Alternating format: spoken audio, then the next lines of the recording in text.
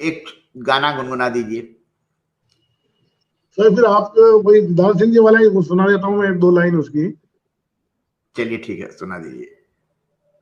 जिक्र होता है जब कयामत का, तेरे जलवों की बात होती है। तू जो चाहे तो दिन निकलता है, तू जो चाहे तो रात होती है। तू निगाहों से ना पिलाए तो अश्क भी पीने वाले पीते हैं। वैसे जीने को तो तेरे बिन भी इस जमाने में लोग जीते हैं।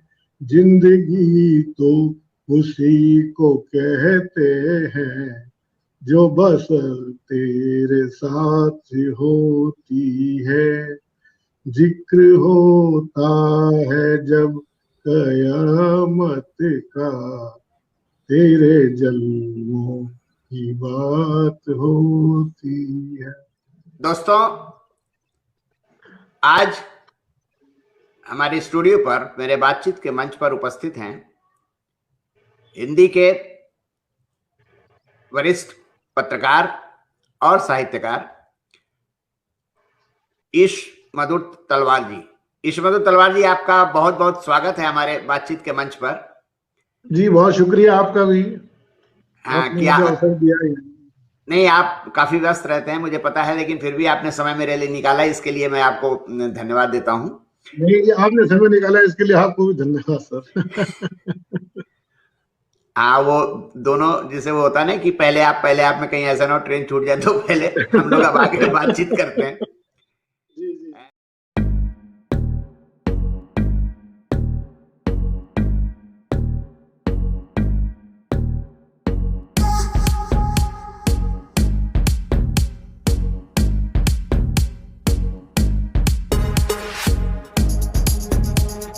ईश मधु जी के बारे में मैं थोड़ा जितनी जानकारी मेरे पास है मैं आप लोगों के साथ साझा करता हूं, फिर बाकी तो इनसे हम बात करेंगे ही। पहली बात तो ये हिंदी साहित्य और पत्रकारिता का एक जाना माना नाम है, और इनका एक उपन्यास आ चुका है राजकमल प्रकाशन से, रिनाला खुर्द, और राजकमल प्रकाशन से ही इनका एक कहानी संग्रह भी आया है, लाल बजरी की सड़क। तो उपन्यास के साथ साथ वो राजकमल से नहीं आया सर, वो लाल बजरी की सड़क जो है वो कलमकार मंच से आया है।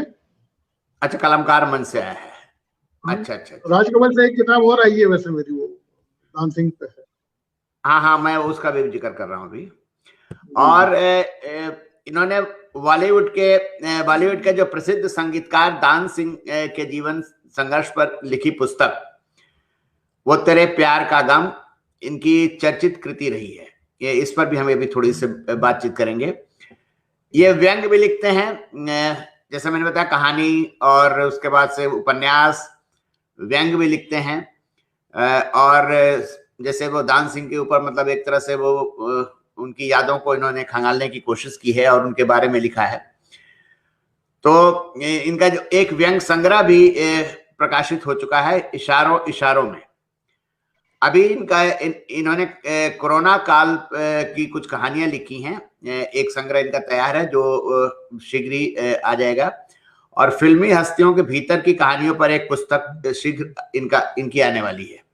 ये राजकमल से ही आएगी सर? ये राजकमल से आएगी। और राजस्थान सरकार के भाषा एवं पुस्तकालय विभाग की ओर से 2019 में हिंदी सेवा पुरस्कार से इनको सम्मानित किया गया है। राजस्थान साहित्य अकादमी की ओर से साप्ताहिक साहित्यिक एवं रचनात्मक पत्रकारिता के लिए 2013 में ये पुरस्कृत हो चुके हैं।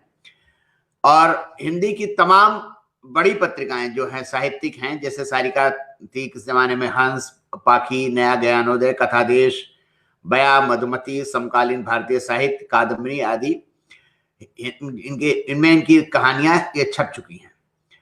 2 नाटकों का इन्होंने जो है, एक है लयकारी और फेल का फंडा, भी लिखा है और जिसके अनेक मंचन हुए हैं, यानी कि वो नाट्य लेखन भी आप करते हैं। देश के पहली पंक्ति के हिंदी अखबारों नवभारत टाइम्स, जनसत्ता, राजस्थान पत्रिका, पंजाब केसरी और अन्य अखबारों में रिपोर्टर रहे हैं, चीफ रिपोर्टर रहे हैं, संपादक आदि महत्वपूर्ण भूमिकाओं में इन्होंने काम किया है। सबसे बड़े इलेक्ट्रॉनिक मीडिया समूह टीवी 18 के ईटीवी राजस्थान के संपादक भी रह चुके हैं। तो इतनी जानकारी तो मेरे पास है, बाकी तो जैसे बीच बीच में कृष्ण ने बताया भी कि जैसे कि जहां मुझे जानकारी नहीं थी वो मुझे करेक्ट किया इन्होंने। जी पहले तो ये बताइए कि मैं कहीं पढ़ रहा था और मैं देख रहा था तो आपके बारे में, तो वहां पर ये जिक्र किया गया था कि आप बचपन से ही बहुत मेधावी थे, आपकी स्मरण शक्ति बहुत तेज थी और आप जो है वो बिना पढ़े और मतलब एक बार आपने पढ़ लिया या सुन लिया तो आपको वो हमेशा याद रहती थी बात। क्या ये अभी भी ऐसा है कि अब उसमें थोड़ी सी कमी आ गई है? जी मैं ये तो नहीं कह सकता, हाँ, लेकिन मुझे चीजें याद रहती हैं। और जैसा आपने जो बचपन की बात की, तो सर मैं आपको बताना चाहूंगा कि मेरा जो बचपन है वो एक बहुत छोटे से गांव में गुजरा है। अलवर के पास एक बगड़ नाम का बहुत छोटा सा गांव है। और आप देखिए कि हम उस दौर में वो जीवन वहां पे जिया है उस गांव में, जब हम शहर तो जाने की सोच भी नहीं सकते थे। और शहर जाने के लिए उस समय यातायात इस तरह का था कि दिन में एक बस अलवर जाएगी और एक बस अलवर से आएगी जो गांव होकर जाएगी। गांव भी हमारा सड़क के अंदर था, तो बस पकड़ने के लिए सड़क पर आना पड़ता था। और लोग 2-2 3-3 घंटे दिन भर इंतजार करके चले जाते थे बसों का। एक ही बस थी, उसका कोई टाइम कुछ नहीं पता लगता था। ये मैं आपको इसलिए बता रहा हूँ उदाहरण के लिए कि मैं जब छोटा था तो गांव में मेरे पड़ोस में एक बढ़ई थे और उनका एक लड़का मंगल मेरा क्लास फेलो था। हमारे गांव में स्कूल 5वीं क्लास तक का ही था, हम 4वीं-5वीं में रहे होंगे। तो उनके वो जो भसोला होता है उससे वो खाट बनाते थे, हल ठीक करते थे, खाट वो का काम करते थे। तो भसोले से मुझे इच्छा होती थी मैं भी इसको चलाऊं लकड़ी पे, तो मुझे चलाने नहीं देते कि तेरे हाथ कट जाएगा, ये हो जाएगा। तो दोपहर को जब वो बढ़ई के परिवार और सब दोपहर को खाना खा के सो जाते हैं, वहाँ भसोले वगैरह सब पड़े रहते हैं बाहर नीम के पेड़ के नीचे। तो मैंने एक बार भसोला चलाया तो वो मेरी अंगली है ये पूरी तरह कट गई और लटक गई नीचे। तो मैं बगल में घर था, मैं भागा तो हमारी मदर ने उस पे वो कुछ पाउडर लगाया, दवाई लगाई और वो उसको बांधा, लेकिन खून बंद नहीं हो रहा था। तो लगा कि अब शहर डॉक्टर को दिखाना पड़ेगा लोअर। तो हम फिर सड़क पे आए और सड़क पे बस का इंतजार करते रहे 4 घंटे, 5 घंटे, 6 घंटे, बस नहीं आई। तब तक खून बंद हो गया था। तो फिर हम लोग आ गए कि चलो अब ये ठीक हो जाएगा, खून बंद हो गया है। तो मैं ये बात इसलिए भी कर रहा हूँ कि गाँव में उस समय स्थितियाँ थी कि यदि हमारी मदर के ये था कि यदि किसी के गांव में पेट में दर्द हो रहा है तो बीबी जी से दवाई लिया। वो दवाइयां रखती थी गांव वालों के लिए। गांव वाले तो जैसे होते हैं आप जानते हैं बेचारे, बहुत मासूम और अनपढ़। तो वो थोड़ा बहुत, मेरी मदर पढ़ी लिखी थी, काफी पढ़ी लिखी थी, तो वो दवाइयां रखती थी। सिर दर्द हो गया तो एस्प्रो दे दी, पेट में दर्द हो रहा है तो किसको भागने आया तो बेरालगन दे दी। और गांव में उनका इतना अद्भुत प्रेम था जिसका आप अंदाज लगा सकते हैं कि मेरी जब मदर का जो मैंने मरने का जिक्र उपन्यास में किया है खुद में, वो लगभग ज्यों का त्यों है। मतलब मैं जयपुर रहता हूँ, हम 2 भाई हैं, मेरा बड़ा भाई अलवर रहता है। उनकी डेथ हुई जब वो जयपुर में थी। तो जब डेथ हुई तो अंतिम संस्कार यहाँ भी हो सकता था, जयपुर भी मैं था, अलवर भी हो सकता था। गांव लगभग छूट गया था, लेकिन वो पहले बोल के गई थी कि मुझे गांव में ही अंतिम संस्कार मेरा करना है जहां तुम्हारे पिताजी का किया था। तो मैं इसलिए बता रहा हूँ कि आप देखिए सर, उस समय जब एक दिन पहले सूचना मिली थी, 2 दिन तक गांव में चूल्हे नहीं जले। वो जब गांव में उनको हम लेके गए डेड बॉडी, तो औरतें इतनी तरह पूरे गांव की महिलाएं आ गई। और हमारे यहाँ गांव में आज भी शमशान घाट में महिलाओं को जाने की परंपरा नहीं है, और लोग उनको रोक रहे थे और वो घुसे चले आ रही थी कि नहीं बीवी जी के लिए तो हम जाएंगे। वहां बैठ के उन्होंने मातम के गीत गाए, जो मैंने थोड़ा सा चित्र खींचा है दिनाला खुर्द में। तो इस तरह जिंदगी मेरी शुरू होती है। अब याददाश्त का तो मैं नहीं कह सकता, लेकिन गांव का हमने जीवन जिया है। और गांव में ही मतलब 5वीं क्लास के बाद भी हम छठी क्लास में फिर हमें पढ़ने के लिए शहर भेजा गया, लेकिन गांव तो छूटा नहीं था, गांव में ही आते थे, रहते थे, वो सब था। तो वो सब एक इस तरह का रहा है। और मुझे मेरी माताजी ने ही एक लर्निंग दी पढ़ने की। असल में मैं बताऊं आपको सर कि मेरी माताजी रिनाला खुर्द जो मेरे उपन्यास का नाम है, तो पाकिस्तान में गांव है, मैं होके भी आया हूँ वहाँ पे, लाहौर के पास है रिनाला खुर्द, वहां पर वो रहती थी। तो वो लिखती थी। तो जब अच्छा। पार्टीशन हुआ तो आप जानते हैं, जब पार्टीशन में जब आदमी को घर छोड़ के भागना पड़ता है तो वो सबसे पहले जवाहरात, ज्वेलरी, पैसे लेकर भागता है, बाकी चीजों पर ध्यान नहीं देते हैं। तो उनका एक बक्सा था जिसमें उनके रिसाले थे, उनकी किताब, जो उनके छपे हुए अफसाने थे, कविताएं थी, वो सब वहां छूट गया था। तो वो जैसे ही उस बक्से को लेने के लिए हाथ बढ़ाती और हमारे नाना जी उनका हाथ खींच लेते, और उस बक्से को उन्होंने नहीं उठाने दिया। और वो बक्सा जब वहां रह गया तो उसका वो अक्सर जिक्र करती थी, और वो उनका एक तरह से यादों का बक्सा बनकर रह गया, जिसे वो बहुत याद करती थी। और इसीलिए मैं कहीं, मुझे था कि कहीं अवसर मिले तो एक डेलीगेशन में मैं गया, रिनाला खुर्द भी देख के आया, जिस पर ये उपन्यास है मेरा।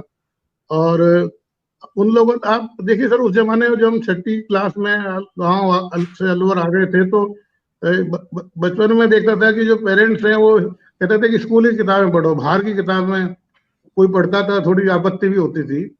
पर हमारी माता जी मुझे खुद, हम बाल पत्रिकाएं मंगाती थी, नंदन, पराग, बाल भारती, दूसरी पत्रिकाएं, यदि उन्हीं मंगाती तो हमें तो, हमारा तो इनसे परिचय भी नहीं होता। थोड़े बड़े हुए तो उन्होंने एक इन पॉकेट बुक्स था, घरेलू लाइब्रेरी योजना थी, उससे किताबें मंगाई। हम जासूसी उपन्यास पढ़ते तो वो पढ़ने देती थी, जबकि हमारे कई दोस्त जासूसी उपन्यास छुप के पढ़ते थे। तो जब जासूसी उपन्यास पढ़ने लगे, फिर धीरे धीरे उन्होंने मुझे गुनाहों का देवता मंगा के दिया। तब मुझे लगा कि थोड़ा ये स्वाद बदला है, कुछ टेस्ट बदला है, ये क्या आया है। फिर उन्होंने हमको इस तरह प्रेमचंद पढ़ाया। मुझे लगता है वो मुझे शायद ट्रेनिंग दे रही थी, हालांकि अब लगता है, उस समय तो नहीं लगता था।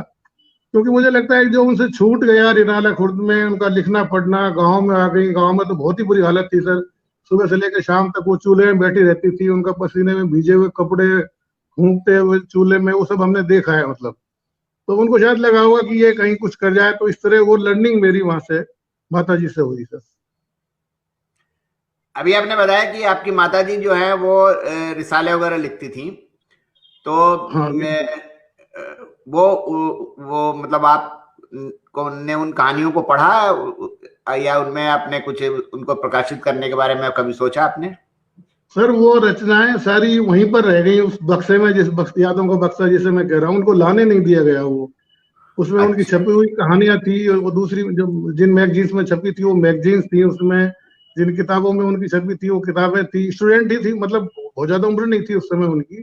तो बक्सा उनको लाने नहीं दिया गया। वरना मेरे उपन्यास में भी यही है कि वो रिनाला खुर्द जब जाता है बेटा, तो वो ढूंढता है उनके पड़ोसियों को, जो है शाह आलम खां, कौन कौन रहते थे, कि वो बक्सा मिल जाए, उनकी रचनाएं मिल जाए। वो नहीं मिलता, वो इस तरह का था। तो पार्टीशन की एक त्रासदी ये भी रही कि एक अच्छी लेखिका जो है वो गाँव मतलब में आगे हाँ। उभरते उभरते रह गई। जी जी जी। अच्छा, तो चूल्हे में झोंक दिया जैसे, उन्होंने। हाँ हमारे हाँ। सर ये था कि जो, ये तो हमें शहर में मालूम चला आके कि नौकर जो है वो अपने बॉसेस के लिए खाना लेके जाते हैं, घर में खाना बनाते हैं नौकर। हमारे इतने सारे नौकर थे खेतों पे, खेत बहुत थे हमारे। तो उन सब का खाना भी हमारी मदर बनाती थी। तो सुबह से लेकर शाम तक वो चूल्हे में ही उनका सारा साहित्य जल गया, नष्ट हो गया, समझ लीजिए आप।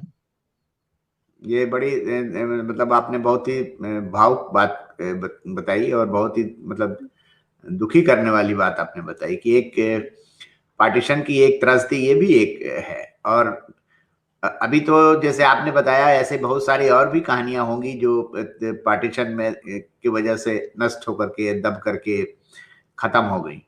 सर ये मुझे असल में उपन्यास की प्रेरणा इसलिए मिली कि मैं सोचता था कि मेरी माताजी इतने साल बाद भी बार बार पाकिस्तान को याद करती हैं। फिर मुझे हिंदुस्तान में बहुत सारे ऐसे लोग मिले। फिर मैं जब पाकिस्तान गया था, लाहौर गए, मुल्तान गए, वहां गए, वहां सारे लोग हिंदुस्तान के अपनी जगह को ऐसे ही याद करते थे जैसे मेरी मदर यहाँ करती थी। तो मुझे लगा कि ये तो सबकी जो तड़फाहट तड़बड़ाहट है वो बिल्कुल एक जैसी है, यहाँ हो चाहे उधर हो, एक सरहद बना दी गई है। अच्छा, तो जैसे आपने बताया कि आप फिर जैसे माता जी आपको किताबें वगैरह ला करके देती थी, तो पहले आपने लिखना शुरू किया कि पहले आप पत्रकारिता की तरफ गए? पहले सर पहले मैं बताऊं आपको कि हमने जब पढ़ना शुरू किया तो उसके बाद मुझे लगा लिखना चाहिए। हम जो छोटे थे लिखते थे, तो मैं जब 8वीं, मेरी माता जी कहती थी कि जो तुम देखते हो ना वो लिखना अच्छा होता है। मैं 8वीं क्लास में, शायद 9वीं में था, तो स्काउटिंग में था।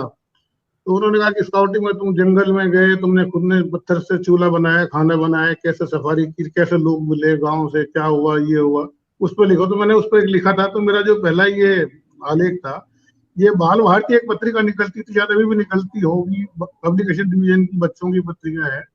तो हाँ उसमें मेरे पास चिट्ठी आई कि आपकी रचना स्वीकृत है और आप अपनी स्काउटिंग की ड्रेस में फोटो भेजिए। तो मैं सर आपको बताना चाहता हूँ, मेरी मदर का लगभग तमाम जीवन कुछ इस तरह का रहा है। जैसे इस समय कोरोना में लोग घरों में बंद रहते हैं, वो जिंदगी और घर पे ही रही। ये बात अलग है, दिल्ली जाना है, शादी में जाना है, हमारे साथ शिमला कभी गए, घूमने चले गए। बाकी घर में जैसे महिलाएं होती हैं कि शॉपिंग करने चली गई, सब्जी लेने घर से चली गई, वो घर से कभी निकलती ही नहीं थी।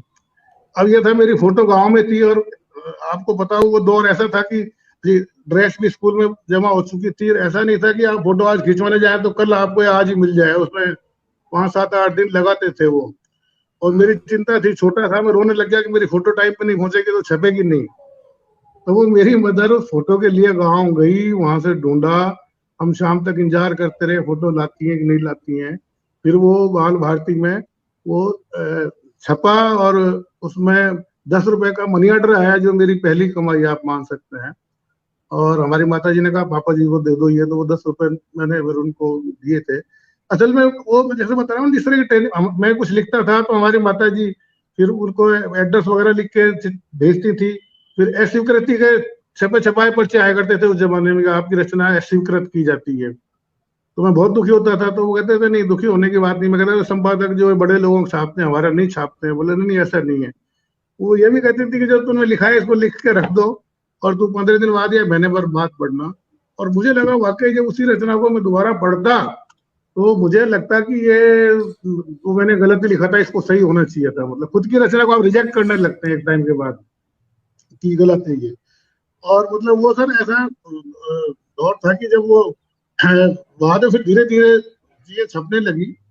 लेकिन इस तरह से एक लर्निंग माता जी ने से हमारी हुई मतलब। नहीं, और आप मैं आपको बहुत बताऊं सर, मैं आपने जो पूछा था वही बता दूं पत्रकारिता का। मैं मूल रूप से, मेरी दिलचस्पी साहित्य में थी। सारी कामें, मेरी पहली कहानी छपी थी लाल बजरी की सड़क, और बहुत पहले, कितने साल हो गए, 40 से ज्यादा साल हो गए।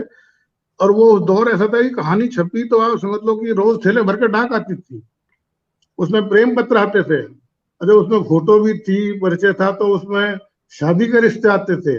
मुझे आज भी याद है कि बड़ी भद्र महिला का थी, उनका चिट्ठी आई थी कि हम जैन हैं लेकिन हमारी बिरादरी तो साहित्य ही है, और मेरी बेटी वहाँ पे इंडियन एक्सप्रेस में सब एडिटर है। नेमीचंद जैन जी के रिलेशन में थी, ये भी लिखा था उन्होंने। तो मैंने कहा इंडियन एक्सप्रेस, मैंने मेरे घर को देखता है कि यहाँ तो गोबर है, भैंस है, मैं दूध निकालता था भैंस के घर में, और यहाँ इंडियन एक्सप्रेस अंग्रेजी कैसे चलेगी? मतलब मैं इस लायक ही नहीं हूँ।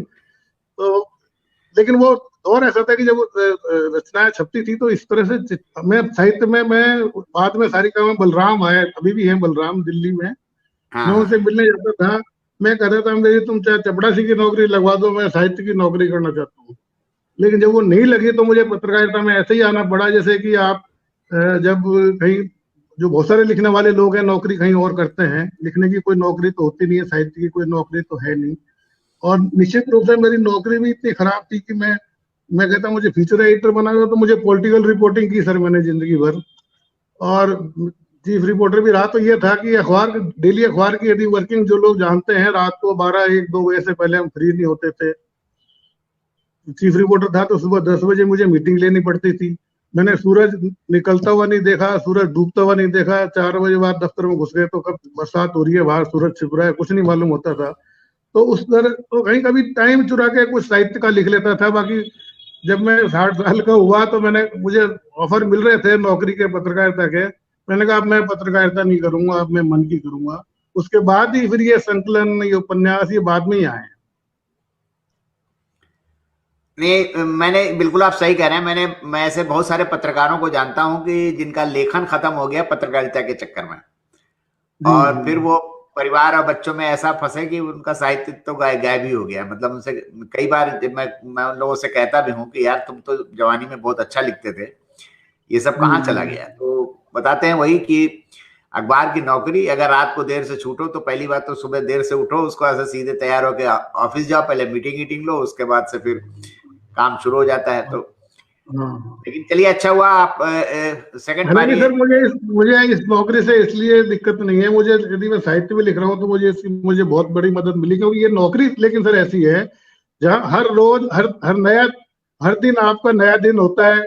हर रोज आप नए लोगों से मिलते हैं, हर रोज नई घटनाएं होती हैं। मतलब कल कैसा दिन होगा मुझे नहीं पता, बिल्कुल नया होगा, आज का जैसा नहीं होगा। ये ये एक बड़ा चमत्कारिक जिंदगी, इसलिए मुझे बड़ा अच्छा लगा। हालांकि कष्ट पाया, लेकिन मुझे संतोष नहीं है इस।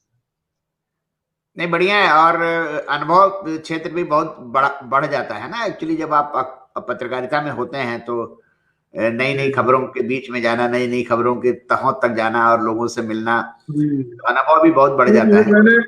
मैंने अभी एक किताब लिख के रखी हुई है, अपने छपने अपने तो बाद में दूंगा ये सर। ये इसका नाम है होप सर्कस। तो मेरी 40 साल से ज्यादा हो गए वैसे कि 40 साल की पत्रकारिता का जो सफर है, उसमें कैसे कैसे मुख्यमंत्री मिले, प्रधानमंत्री, उनकी बड़ी दिलचस्प घटनाएं हैं। कैसे कलाकार, फिल्म वाले, डाकू, या मॉडल्स, जिसमें पामेला बॉर्डर्स जैसी, जिन्होंने ब्रिटिश की पार्लियामेंट को हिला दिया था, या पहलवान दारा सिंह, या दूसरे लोग, मतलब उनसे जो अनुभव है उन पर मैंने किताब लिखी है अभी। हालांकि वो फाइनल अभी होगी, मतलब 2 ड्राफ्ट हो चुके हैं उसके, और ठीक करूंगा उसको। तो ये जो मैं बता रहा था कि पत्रकारिता का जो लंबा अनुभव है बहुत इंटरेस्ट दिलचस्प था, वो मुझे किताब इसको लिखने में बहुत आनंद आया इसलिए। नहीं नहीं, वो किताब जल्दी आनी और चाहिए सर ताकि मैं हम लोग यही भी बता पढ़ें। दूं, इसका इसका मैंने अवसरकस भी नाम इसलिए रखा है कि मेरी जो जर्नी है पत्रकारिता की, वो अलवर से शुरू होती है। तो अलवर में एक बहुत बड़ा चौराहा है। इतना बड़ा चौराहा मैंने हिंदुस्तान में कहीं देखा नहीं। इतना ऊंचे बिल्डिंग है, पूरी गोल बिल्डिंग है। उसका नाम होप सर्कस है, यानी उम्मीदों का सर्कस। तो आप ये देखिए कि हमने भी क्या किया कि हमने एक झूला छोड़ा, दूसरे पे लटक गए, दूसरा छोड़ा, तीसरे पे आ गए। ये सर्कस ही जिंदगी। अखबार बदलती रही, शहर बदलते रहे, कभी दिल्ली, कभी चंडीगढ़, कभी जयपुर। तो वो जिंदगी का एक सर्कस ही था। उस लिए ये एक कर्नल लिनिथ को होते थे, वाइस राय अंग्रेज के, वो उन्होंने इसका उद्घाटन करने आए थे। तो वो होप उनका नाम था वैसे, एलेक्जेंडर होप। उससे ये नाम रखा गया था, लेकिन होप सर्कस को हमने इस तरह लिया है। अच्छा, ये बताइए कि एक मतलब इंटरेस्टिंग बात मेरे दिमाग में आई है। कहानियों पर आपकी बहुत सारी चिट्ठियां उठियां हैं, बहुत सारे प्रेम पत्र भी आए। तो शादी आपने उन पत्र वाली महिलाओं से किया कि शादी आपने फिर अपने घर की मर्जी से किया? शादी सर मैंने घर की मर्जी से किया मैंने। मेरे साथ बहुत दिक्कतें थी सर घर में। मेरी 4 बहनें थी, एक बहन की शादी पिताजी कर गए थे, उनकी डेथ हो गई थी। हम तो पढ़ ही रहे थे पिताजी जब गए तब। तो उस असल उस समय जैसे पुलिस जी थे मेरी पत्रकारिता से, मैं अलवर में रिपोर्टर था, मुझे जयपुर बुलाना चाहते थे। तो पुलिस जी ने मुझे बुलाया, तो मैंने कहा मैं आ नहीं सकता, पारिवारिक स्थितियां ऐसी नहीं है उस समय। तो फिर वो उन्होंने कहा मैं आपको, पालिकर अवार्ड शुरू होता है वेज बोर्ड, हम आपको उससे दे देंगे, लेकिन फिर कहीं और काम ना करें। उनकी दिक्कत ये थी कि एक लोकल अखबार था डेली अरुण प्रभा, वो उस समय अलवर में तो पत्रिका से ज्यादा बिकता था, क्योंकि उसमें संपूर्ण अलवर होता था पत्रिका में, अलवर की या किसी भी अखबार में अलवर की 1-2 खबरें छपती थी। तो अलवर को जिसको पढ़ना है तो वो पढ़ना पड़ता था। तो पुलिस जी का ये था कि कहीं कोई अच्छा काम कर रहा है तो कोई बुला लो। फिर नहीं, मैं गया तो उन्होंने कहा कि ठीक है हम आपको पालेकर अवार्ड देते हैं। बल्कि मैं जब नवभारत टाइम्स में गया, तो जिस रोज मेरा नवभारत टाइम्स में राजेंद्र माथुर साहब ने कहा था कि आपको एग्जाम तो देना पड़ेगा, हमारे टाइम्स इंडिया की पॉलिसी है।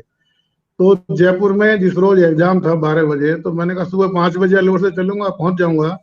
तो एक दिन पहले ही पुलिस जी वो का मैसेज आया कि मैं कल सुबह आ रहा हूँ अलवर, जो कि मेरे पूरे पत्रकारिता में, राजस्थान पत्रिका में मैं 8-9 साल रहा, कभी नहीं आया। तो मेरा ये था कि मैं टाइम्स ऑफ इंडिया का एग्जाम देना जाऊं या पुलिस जी को अटेंड करूं, उनका स्वागत करूं। तो मैंने पुलिस जी का स्वागत किया, मैंने एग्जाम नहीं दिया। तो हालांकि उसके बाद भी माथुर साहब ने क्योंकि मुझे याद आता है कि माथुर साहब का भी कमाल है। हमारे सर एक विजय भंडारी एडिटर होते थे राजस्थान पत्रिका में, तो मैं कभी किसी चीज से खबर का थोड़ा पोएटिक बना देता तो वो कहते थे नहीं ये साहित्य पत्रकारिता में अवगुण है।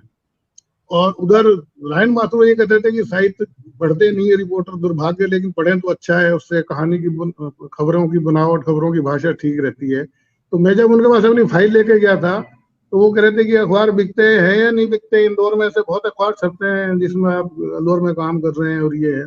लेकिन जब उन्होंने फाइल में मेरी सारिका में छपी हुई कहानी देखी लाल बजरी की सड़क, तो उन्होंने फाइल बंद कर दी कि यदि आपकी सारिका में कहानी छपी है तो यानी शब्द सामर्थ्य पर हम आपका भरोसा कर सकते हैं, आप आ जाइए। तो मुझे लगता है उसी दम पे उन्होंने मुझे चीफ रिपोर्टर बना दिया, जबकि मैं तो अलवर से गया था। अलवर में एक डिस्ट्रिक्ट में एसपी कलेक्टर होते हैं। मेरे लिए जब मैं जयपुर आया तो कार्मिक विभाग, सामान्य प्रशासन विभाग तो बहुत नई बड़ी चीज थी। लोग भी कहते थे इसे किसको चीफ रिपोर्टर बना दिया रायन माथुर साहब ने। ये एक यात्रा थी सर। अच्छा, जैसे भी आपने जिक्र किया कि मतलब पत्रकारिता के दौरान डाकुओं से भी आपकी मुलाकात हुई उनके बारे में, तो राजस्थान डाकू मान सिंह के बेटे डाकू तहसीलदार सिंह थे, उनका मैंने इंटरव्यू किया था। तो राजस्थान में अभी भी डाकू हैं कि अब वो डाकुओं ने अपना बदल दिया है रूप रंग? राजस्थान में सर अब उस तरह के डाकू नहीं रहे जैसे पहले थे। मतलब कहना चाहिए असल में ये डाकू एक तो खुद को डाकू नहीं कहते हैं सर। मुझे आज भी याद है तहसीलदार सिंह जो मान सिंह के बेटे थे, वो उनको बहुत बुरा लगता था हम जब डाकू बोलते थे। बोले हम डाकू नहीं है, हम बागी हैं। और किसी हद तक सही भी है सर। उनको जब वहाँ जमीन है उनकी छीन लेते थे बड़े लोग, वहाँ बड़े जमींदार, या उनकी महिलाओं पर अत्याचार करते थे, तब वो बंदूक उठाकर चंबल में भाग जाते थे, खुद को बागी कहते थे। मतलब वो डाकू नहीं कहते थे। मान सिंह तो खैर रॉबिन हुड की तरह थे, बाकी की कल्चर तो वो उस तरह की डाकुओं की नहीं रही। लेकिन वहाँ की कल्चर जिस इलाके में चंबल है सर, वहाँ पे तो वहाँ एक आला उद्दल चलता है, आपने सुना होगा। हाँ। जाको बेरी चैन से सोए वाके जीवन को धिक्कार। वो तो बेरी को चैन से सोने नहीं देना तो बंदूक उठा के चंबल में जाएगा। वो चंबल ही उनको फिर पनाह देती है मतलब। और डाकुओं पे बहुत अच्छा लिखा गया है। अभी हमारे महेश कटारे जी की बड़ी अच्छी किताब आई है, उन्होंने पूरी पदयात्रा की है चंबल के किनारे, गाँव की जान वो थे। तो उस तरह के डाकू तो नहीं है सर, क्योंकि बीएड तो अभी है, लेकिन वो जो आतंक था एक जमाने में उस तरह का नहीं है। अभी है डाकू, लेकिन वो बात नहीं है। बल्कि मैंने सर धर्मयुग में एक मेरी कवर स्टोरी थी डाकुओं पे। मैं उस इलाके में होके आया था, तो वो क्योंकि उस समय जो धर्मयुग से चिट्ठी आई थी वो थी कि उनकी इकोनॉमिक सोशल स्टेटस क्या है, वो ये क्या आर्थिक और सामाजिक स्थिति क्या है जो उनको डाकू बनाती है, या जो उनको जो महिलाएं हैं जो बिकती थी उस समय धौलपुर में, उन पे मैंने स्टोरी की है। मतलब ये जो स्टोरी कहानियां लिख रहा हूँ, जानवरों की तरह औरतें मैंने खुद ने बिकते हुए देखी हैं धौलपुर में।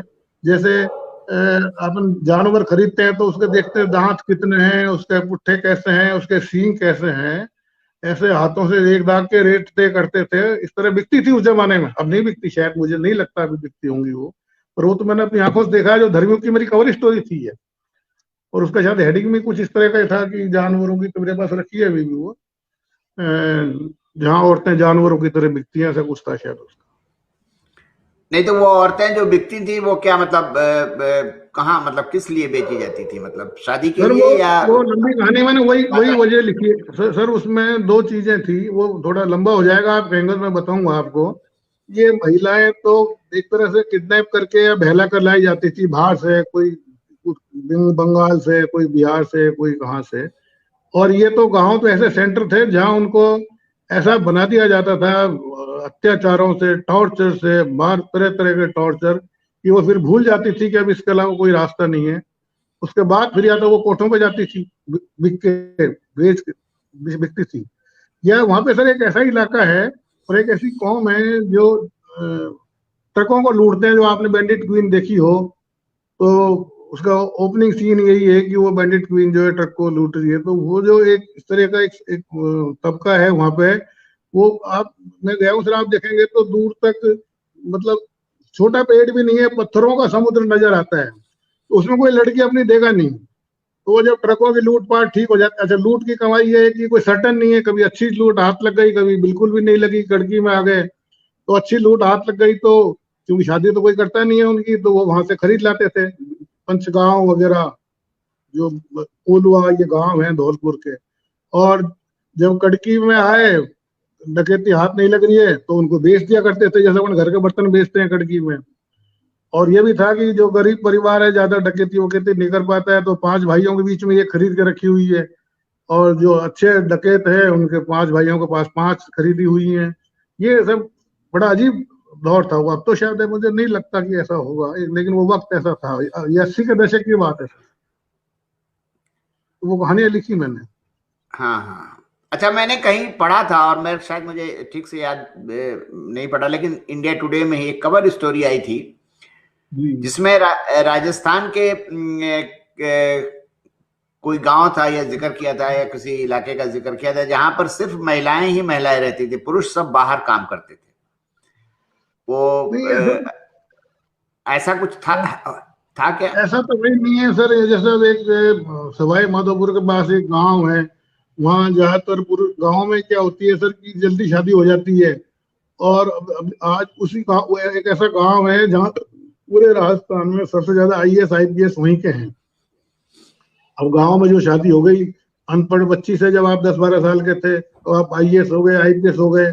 यहाँ आपने दूसरी शादी कर ली तो फिर तो वहाँ महिलाएं ही रहेंगी ना गांव में। तो वो भी इस तरह की अजीब कहानी है सर। बल्कि मैं बताऊं सर, आप ये जो औरतों की बिक्री का है, एक बार ये मैंने उसका रेफरेंस भी ढूंढा था जो रिसर्च किया था उस समय। तो ये तो बहुत पुराना, जवाहरलाल नेहरू के टाइम में एक बार डॉन अखबार ने छाप दिया था लिफ्ट करके कहीं से कि बड़ी औरतें बिक्री, हाट लगती है वहां पे, वहां पे राजा खेड़ा जगह है वहां पे। तो पार्लियामेंट में ये बहुत उछला और बहुत जांच हुई, लेकिन कुछ नतीजा निकला नहीं। अच्छा, जो आपने ये दान सिंह के ऊपर किताब लिखी है, जो वो तेरे प्यार का गम, एक्चुअली इसके बारे में थोड़ा सा बताइए कि एक तो पहले इसको लिखने की प्रेरणा मतलब आपने को कहाँ से मिली, और क्यों लिखी आपने, और क्या क्या इसमें आपने मतलब दिखाने की कोशिश की है? सर दान सिंह की एक अजीब संयोग ये है कि दान सिंह भी एक तरह से खोजी खबरें जो होती है ना, एक खोज कहलाता है कोई जर्नलिस्ट, उस तरह की। भाई देवे ऐसा हुआ कि वो खोजे गए थे दान सिंह, किसी को पता ही नहीं था मतलब। क्योंकि एक बार हम, जब मैं नवभारत टाइम्स जयपुर में चीफ रिपोर्टर था, तो हम लोग रामगढ़ डैम है, झील, बहुत अच्छी झील थी, अब तो पानी सूख गया उसका, वहाँ एशियाड भी नौकायन हुआ है एशियाड का एक जमाने में। वहाँ हम लोग पिकनिक में गए थे। तो दान सिंह के साथ दिक्कत ये है कि सर उसके गाने तो आज भी बहुत सारे लोग, पुराने लोगों से आप पूछेंगे तो गाने सबने सुने हुए हैं, लेकिन उनको ये नहीं पता कि इसका म्यूजिक डायरेक्टर कौन है।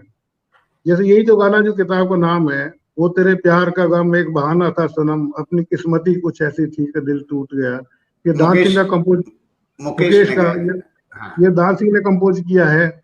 या जिक्र होता है जब कयामत का, तेरे जलवों की बात होती है, तू जो चाहे तो दिन निकलता है, तू जो चाहे तो रात होती है, यही मुकेश है। तो ये भी दान सिंह का कंपोज किया हुआ है।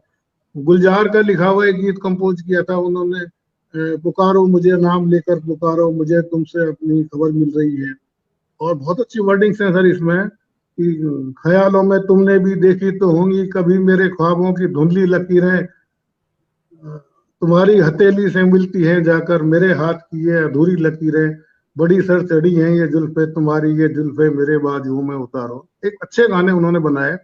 आप देखिए जिन गानों का मैंने नाम लिया है, उन गानों में लक्ष्मीकांत और प्यारे लाल इनके असिस्टेंट थे।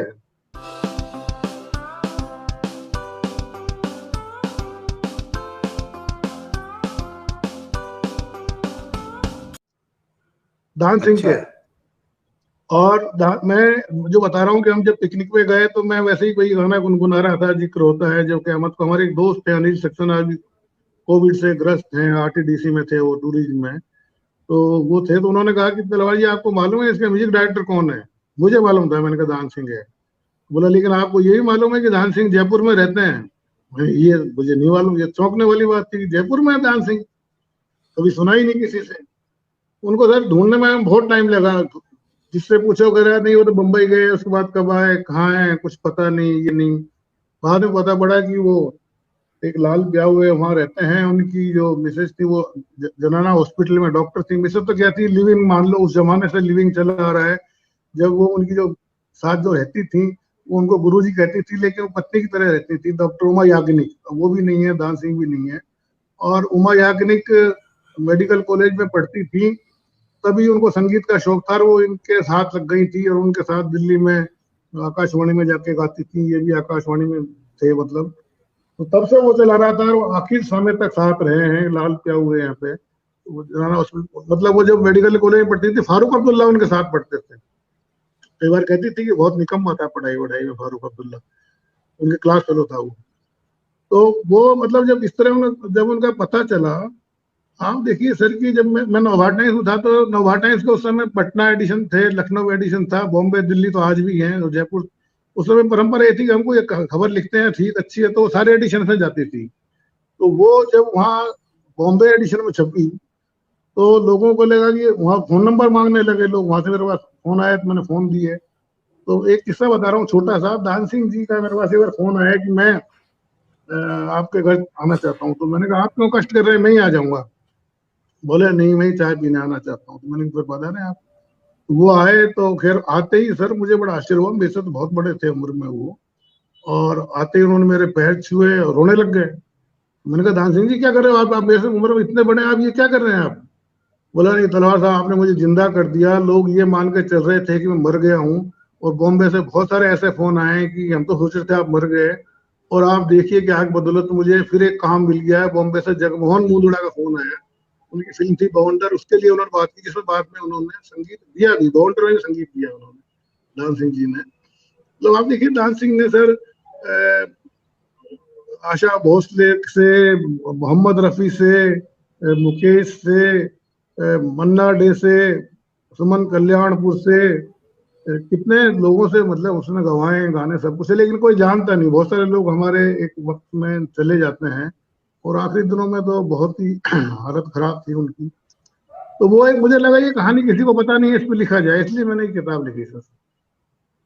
नहीं, ये संगीत का ये दुर्भाग्य भी, मतलब फिल्मी गानों का तो ये दुर्भाग्य भी है कि लोग जो हैं वो गाने वाले का नाम याद कर लेते हैं, या बहुत हुआ तो लिखने वाले का नाम याद कर लेते हैं। संगीतकार तो जनरली जो होता है उसका नाम जनरली लोगों को याद नहीं होता। आज भी अगर कोई, अब आपने लेकिन सर जितने ये ये गाने बताए हैं, जितने गाने बताए, ये मेरे फेवरेट गाने हैं, मैं अक्सर सुनता रहता हूँ, लेकिन मैंने कभी ध्यान नहीं दिया कि वो दान सिंह का कंपोज है, या बताते भी नहीं है लेकिन कई बार।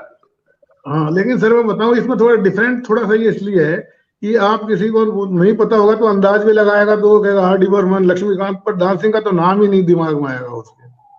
और सर मैं हाँ आपको हाँ प्रसंगवशी बता रहा हूँ, जो आपने बात की है कि अब जैसे जयपुर में हसरत जयपुरी को सब जानते हैं, लेकिन शमीम जयपुरी को कोई नहीं जानता।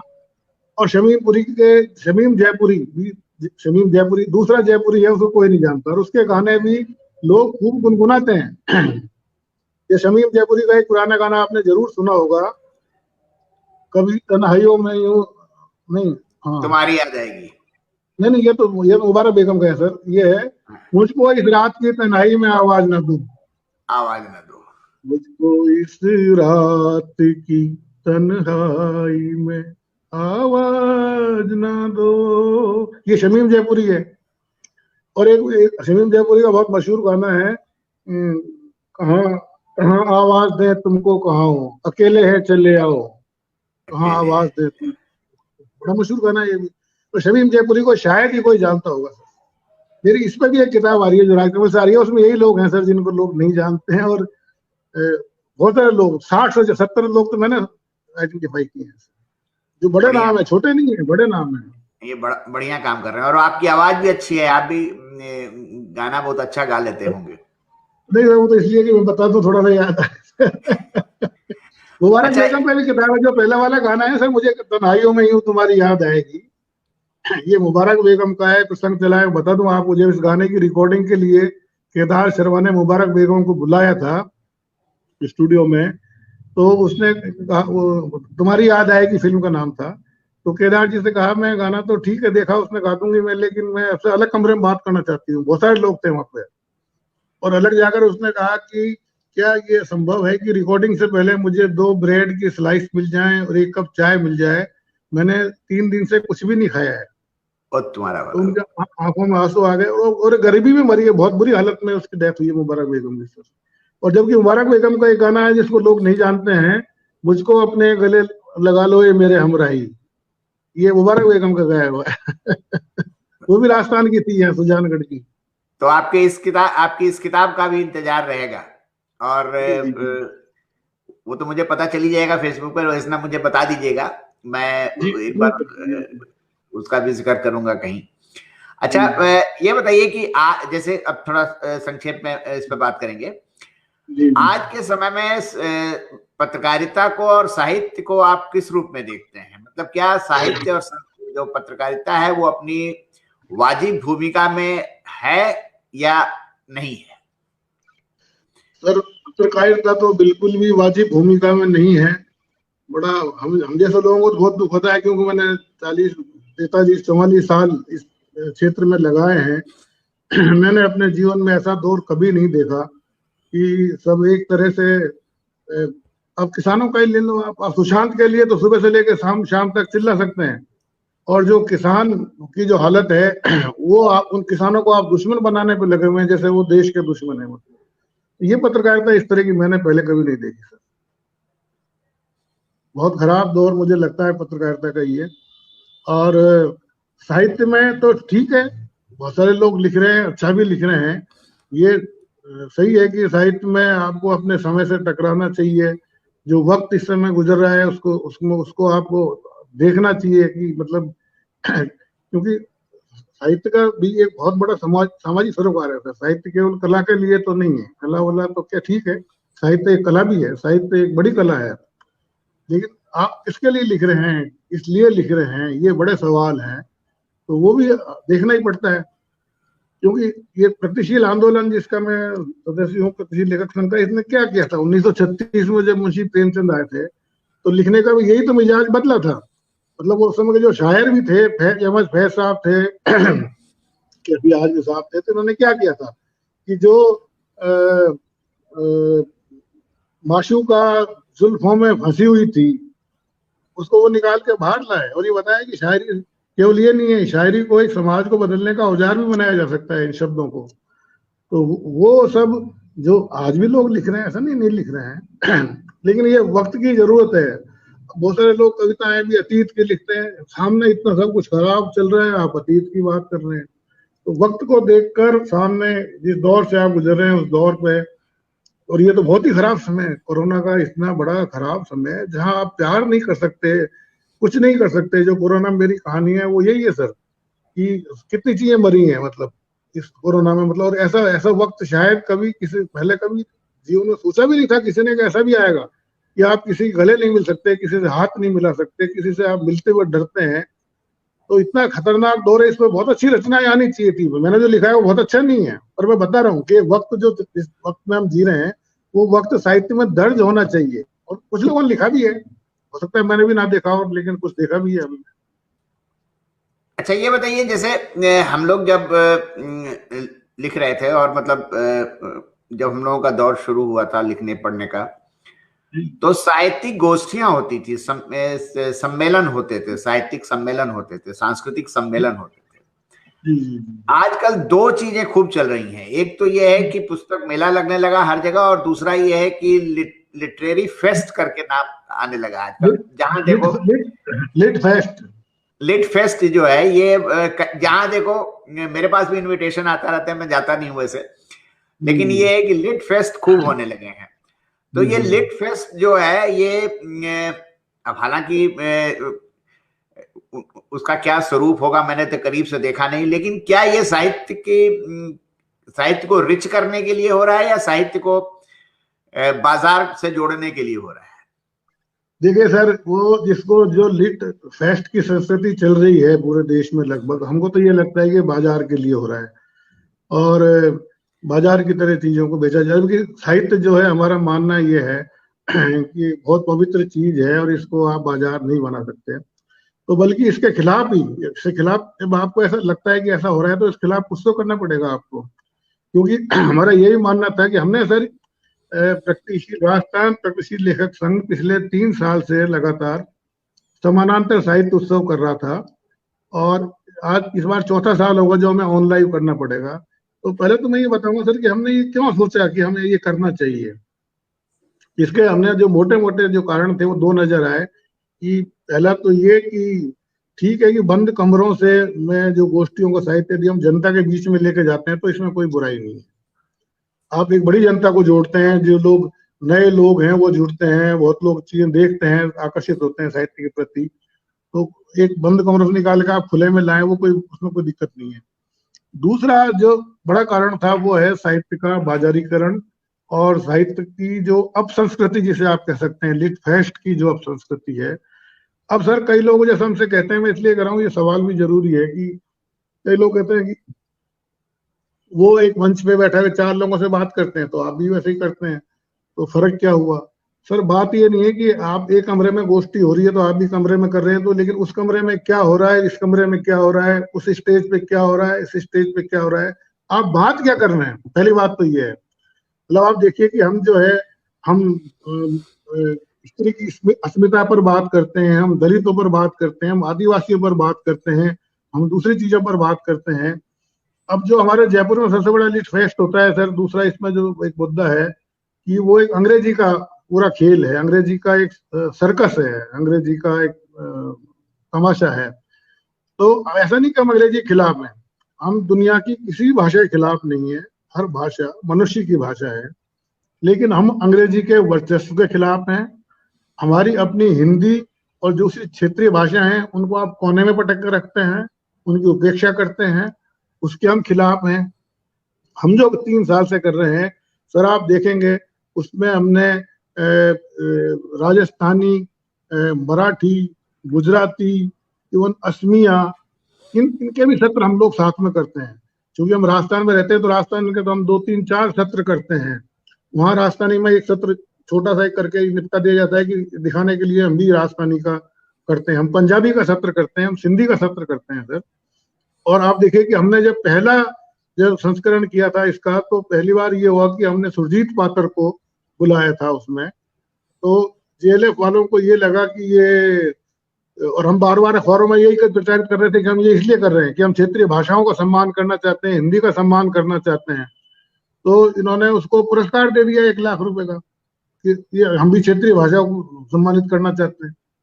उसी वक्त तो हमने उसी डेट में किया था। पहले ये भी बता दूं मैं, हम समानांतर साहित्य उत्सव पिछले 3 साल तक हमने ये तय किया था कि 2-3 साल तो हम सेम उन्हीं तारीखों में ही करेंगे जिन तारीखों में वो करते हैं, ताकि हम बताना चाहते हैं कि हम उसके प्रतिरोध में ये कर रहे हैं। और समानांतर का हमारा मतलब ये था कि समानांतर फिल्म आंदोलन भी चला है, समानांतर कहानी आंदोलन भी चला है। समानांतर की आंदोलन की शुरुआत तो तब हुई थी फ्रांस में जो बहुत अच्छे चित्रकार थे उनके चित्र नहीं बिकते थे तो फुटपाथ पे बैठ के, उनको आर्ट गैलरी नहीं मिलती थी कि उनके पास चित्रकार तो अच्छे थे लेकिन आर्ट गैलरी में जाने के पैसे नहीं थे, तो उन्होंने फुटपाथ पर अपनी प्रदर्शनी लगाना शुरू किया, उसको समानांतर नाम दिया।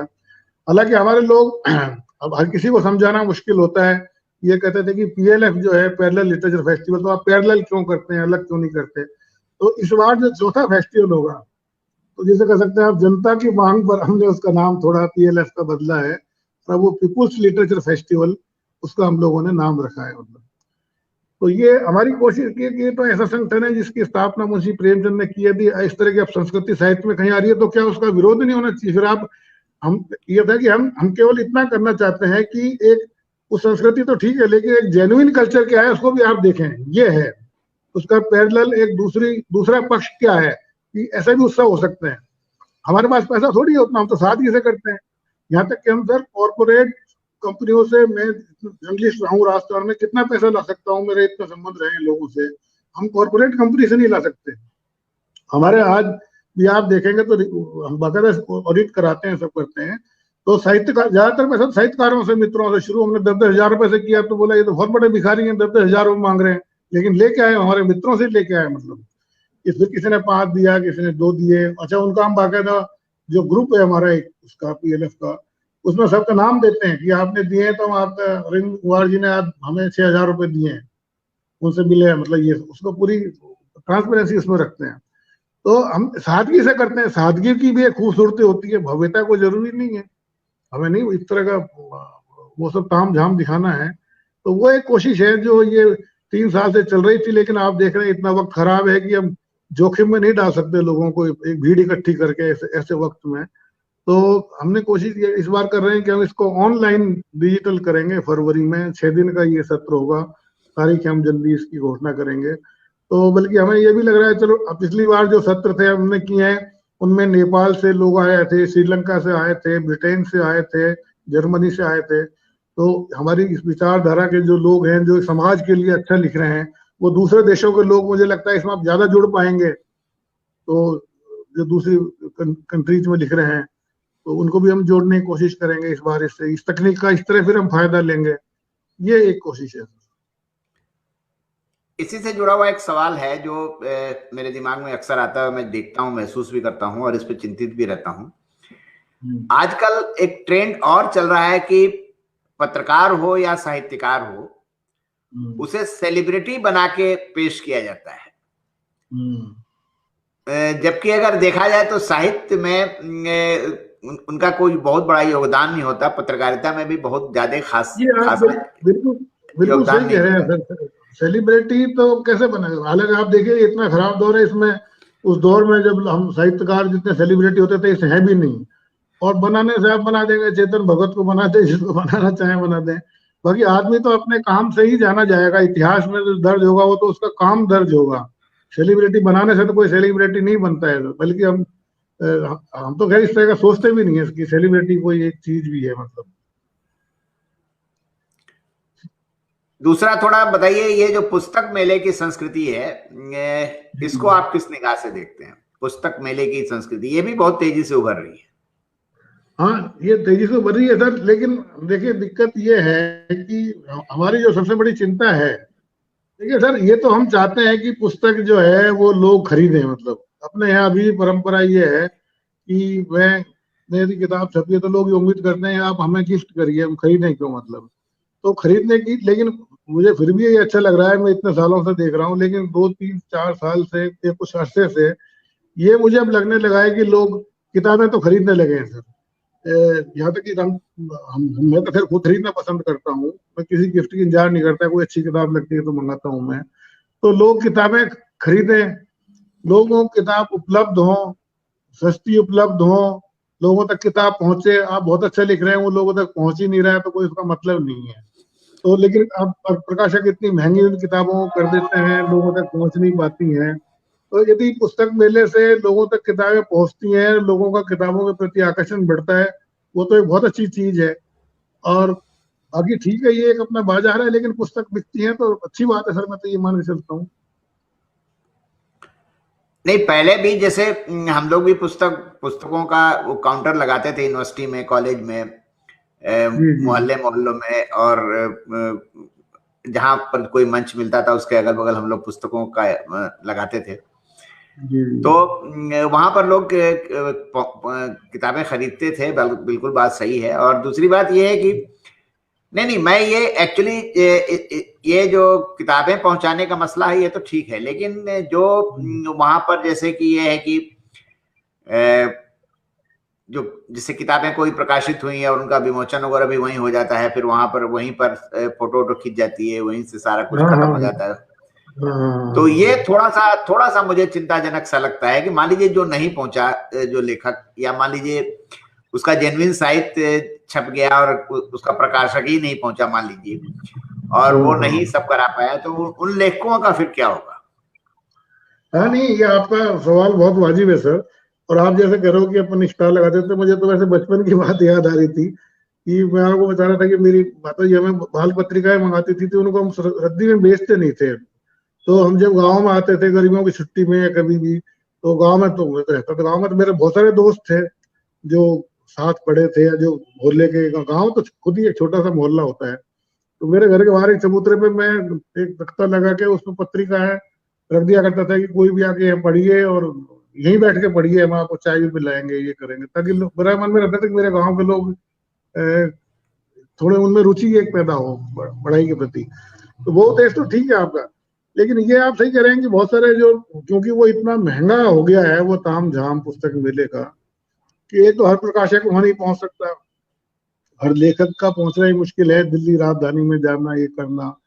लेकिन उसके बावजूद सर मुझे ये लगता है कि यदि किताबें उसमें अब ठीक है, उसमें मुझे किताबें, यदि लोगों को किताबों के प्रति जरा भी उसमें रुचि पैदा होती है और वो लोग किताब वहां जाके खरीदते हैं, वो तो एक अच्छी बात है। अब जिनका नहीं हो पा रहा है तो वो तो एक अलग बात हुई सर, उसका तो क्या हो सकता है उसमें। क्योंकि आप ये देखिए कि मैं तो बड़ा भाग्यशाली हूँ कि मेरी 2 बार तीसरी किताब राजकमल से आ रही है। मैंने अपनी आंखों से देखा है जयपुर में, और सभी शहरों में ऐसा होता होगा, कि वो जिन हम छोटे प्रकाशकों की बात करते हैं, वो पैसा लेते हैं किताब छापने के, पैसे लेके छापते हैं। राजकमल और इनका फिर भी इतना धर्म तो है कि वो रॉयल्टी देते हैं, जितनी भी देते हैं, जैसे भी देते हैं, हिसाब देते हैं। वो तो हिसाब के तो आप बात छोड़िए, पैसे लेते हैं। मेरा जो पहला ये जयपुर का एक बड़ा प्रकाशक है, कारण नहीं, मेरा जो व्यंग संग्रह आया पहला वाला, आई इशारों में, तो उसने कहा आप क्या देंगे, मैंने कहा आप बताइए आप क्या देंगे, ये तो आप भूल ही जाइए मैं क्या दूंगा, मतलब। तो मैंने उसको मना कर दिया। तो फिर उस देने वो राजी हुआ कि मैं कम दूंगा। मैंने कहा हाँ कम दे दो, क्योंकि मेरी पहली किताब एक व्यंग की है, कोई बात। लेकिन जब वो जिन छोटे प्रकाशकों की बात कर रहे हैं, वो भी किताब पैसे लेके छापते हैं सर, दिक्कत ये है। और ये एक अजीब सा धंधा हो गया है कि हर आदमी प्रकाशक बन के बैठ गया है इस चक्कर में, वो भी तो एक प्रॉब्लम है। हाँ, वैसे किताबें सर्कुलेट तो बहुत हो रही हैं, लेकिन उन लोगों तक पहुंच नहीं पा रही जहां तक उन्हें पहुंचना चाहिए। प्रकाशक हाँ भाई तभी तो आजकल प्रकाशन का जो व्यवसाय है वो फल फूल रहा है। जी जी जी। अच्छा, तो अब हम लोग सर हाँ उसमें ये हो जाता है ना कि उस व्यवसाय में ये हो गया ना कि जैसे किताब यदि नहीं भी बिकती है तो वैसे तो उस प्रकाशक के पास आ गया ना जो पैसे लेके छाप रहा है। मतलब वो ऐसी बात है, आप देखिए, आप, मैंने पत्रकारिता की, आपने भी की है। मेरे ख्याल से पूरी दुनिया में अखबार दुनिया का एकमात्र ऐसा प्रोडक्ट है जो लागत से कम में बिकता है।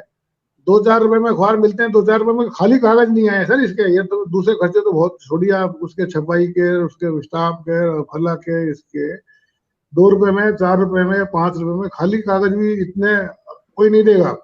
मतलब एक अजीब सा ये ऐसा प्रोडक्ट है जो लागत से कम में बिकता है। इसलिए बिकता है कि ठीक है कि बिकने से इसका फायदे का मतलब ही नहीं है, इसमें तो ये कि विज्ञापन कितना है।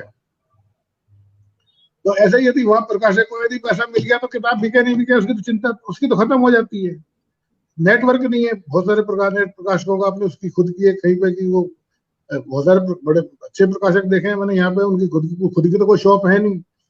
चलो इस बहाने कहीं वो या तो पुस्तक मेले में चल जाए, कहीं जाके बेचे, बाहर जाए, तो मुझे लगता है अच्छा ही है। वरना खुद तो कहाँ बेचेंगे, वो तो पैसे लेके बैठ जाते हैं। नेटवर्क ही नहीं है बाहर तक। किताब हमने आपने किताब लिखी है, वो लोगों तक पहुंची नहीं तो कोई मतलब ही नहीं है उसका।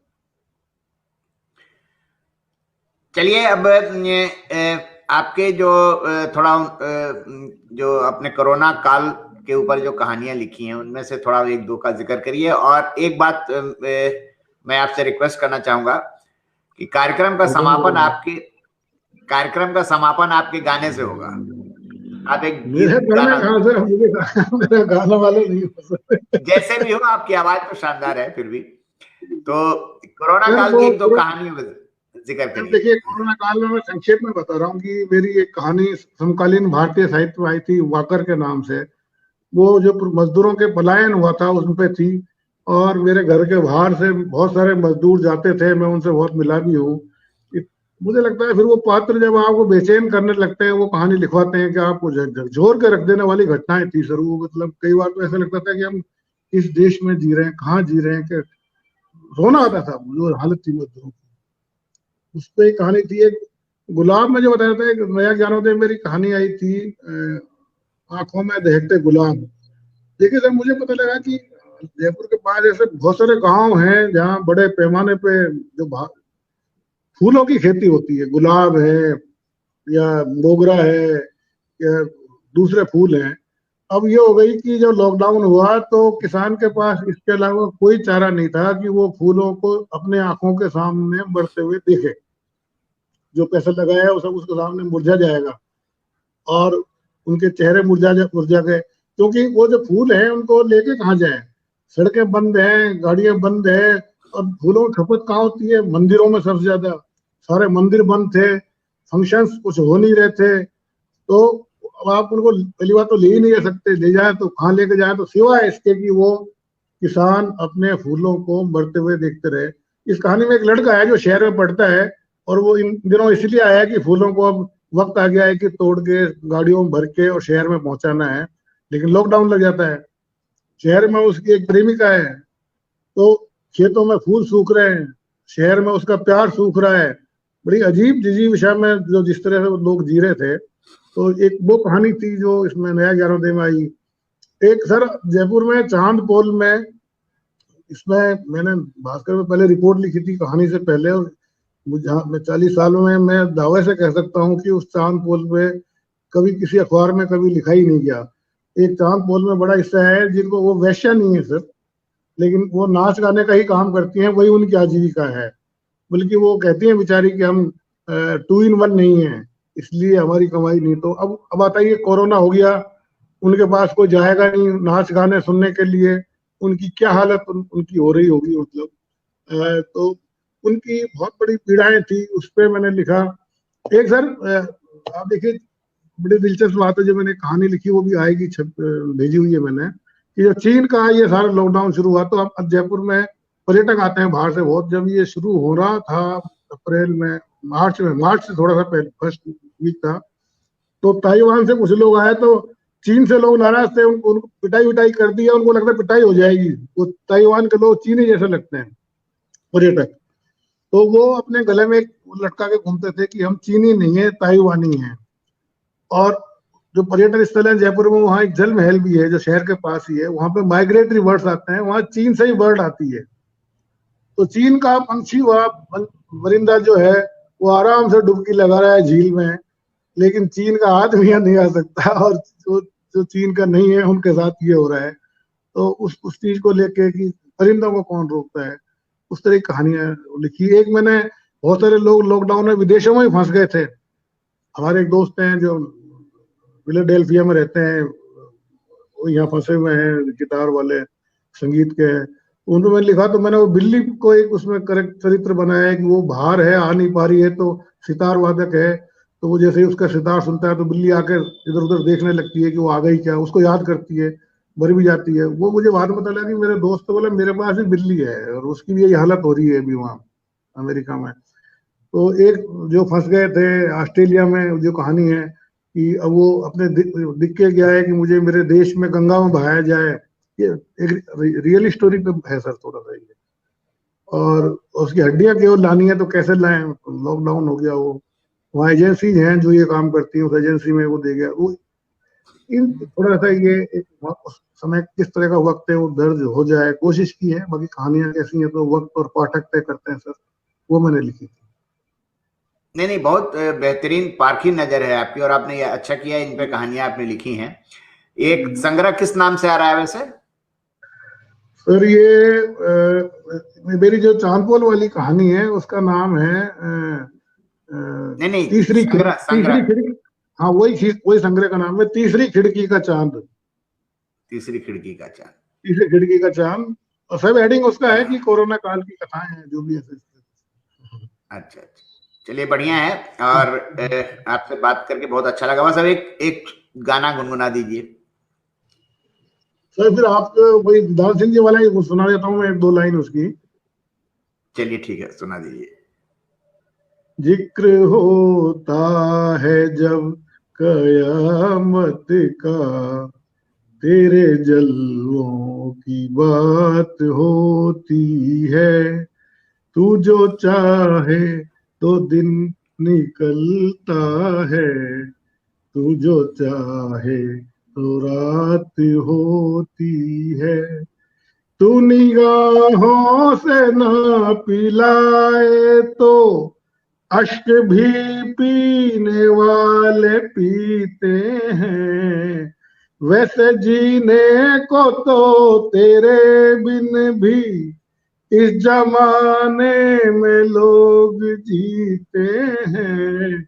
जिंदगी तो उसी को कहते हैं जो बस तेरे साथ होती है।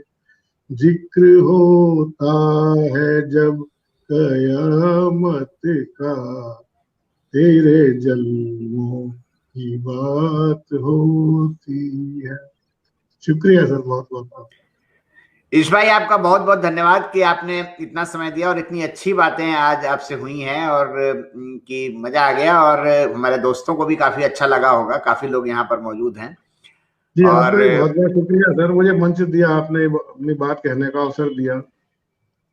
नहीं, मैं जो है वो उतना मतलब नहीं हुआ, लेकिन मैं आपका शुक्रिया अदा करना चाहता हूँ जी कि सर, मुझे मैं भी पता है करना आप चाहूंगा। व्यस्त रहते हैं, और जी, व्यस्तता में से समय निकालना एक बड़ी बात है। नहीं तो नहीं, आपका ऐसा बहुत कुछ नहीं बहुत है सर, आपके लिए समय समय समय है, आप लोगों के लिए। मेरा मेरा ऐसी कोई व्यस्तता नहीं है, लिखने पढ़ने के अलावा कोई व्यस्तता ही नहीं है। हाँ, जब ये पीएलएफ का होगा तो ऑनलाइन में तो आप सूचना देंगे ही, मैं उसमें रजिस्ट्रेशन कराऊंगा हाँ मैं भी। बिल्कुल, हाँ, अरे सर बिल्कुल बिल्कुल बिल्कुल। सभी लोग सभी आमंत्रित हैं, मैं इस मंच से, आपके मंच से आमंत्रित कर रहा हूँ। ये सर पीपुल्स लिटरेचर फेस्टिवल है, जनता का साहित्य उत्सव है, और सब इसमें सादर आमंत्रित हैं। हर तरह से कोई एक्टिवली भी आना चाहे तो एक्टिवली आए, कोई दिक्कत नहीं है, सबका है सर। हम तो बिल्कुल ओपन प्लेटफॉर्म रखते हैं इसमें, और मैं आपका इस मंच से सबको आदर सहित आमंत्रित करता हूँ। नमस्कार और बहुत बहुत जी धन्यवाद। हाँ।